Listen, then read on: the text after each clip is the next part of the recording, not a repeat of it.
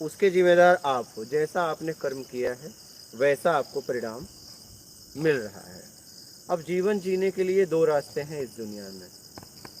अब भाग्य का मतलब ये मत सोचिए कि आप प्लानिंग से कुछ कर रहे हो बुरा तो कहो मेरे भाग्य में यही था। नहीं, जब आप करते हो तो आपको पता है कि क्या गलत है क्या सही, ठीक है। तो गलत में आपको प्रयास करना पड़ता है। अब वो भाग्य में है नहीं, लेकिन आप उसे बना रहे हो। अंतरात्मा कह रही है कि मत करो, क्योंकि आपको कर्ता का अधिकार दिया गया है।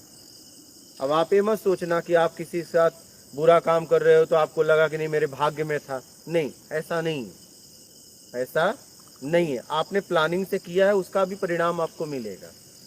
क्योंकि जब आप कोई भी कर्म करते हो तो आपके पास दो रास्ते उस समय होते हैं कर्म करने के, एक ईमानदारी और एक बेईमानी। ये स्वतंत्रता आपके हाथ में है, आपको कर्ता का अधिकार दिया गया है। इसलिए कोई भी काम सोच समझ के करें, क्योंकि जब उसका परिणाम मिलेगा तो उस समय आपको ही उसका सामना करना पड़ेगा। फिर आपको कोई बचा नहीं पाएगा, कोई बचा नहीं पाएगा। वहाँ सेटिंग नहीं चलती है। हर व्यक्ति सेटिंग लगाना चाहता है कि मैं बच जाऊंगा,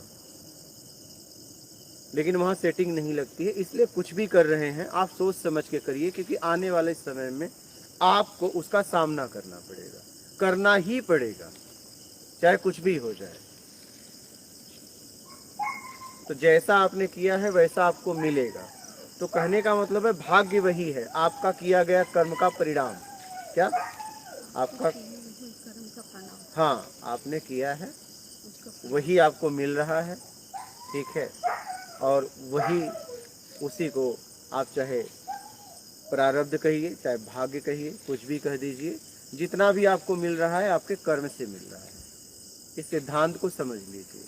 इसलिए कुछ भी करने से पहले सोच समझ कर करिए, क्योंकि उसका परिणाम भी कभी न कभी आएगा आपके सामने और उसका सामना आपको करना ही पड़ेगा।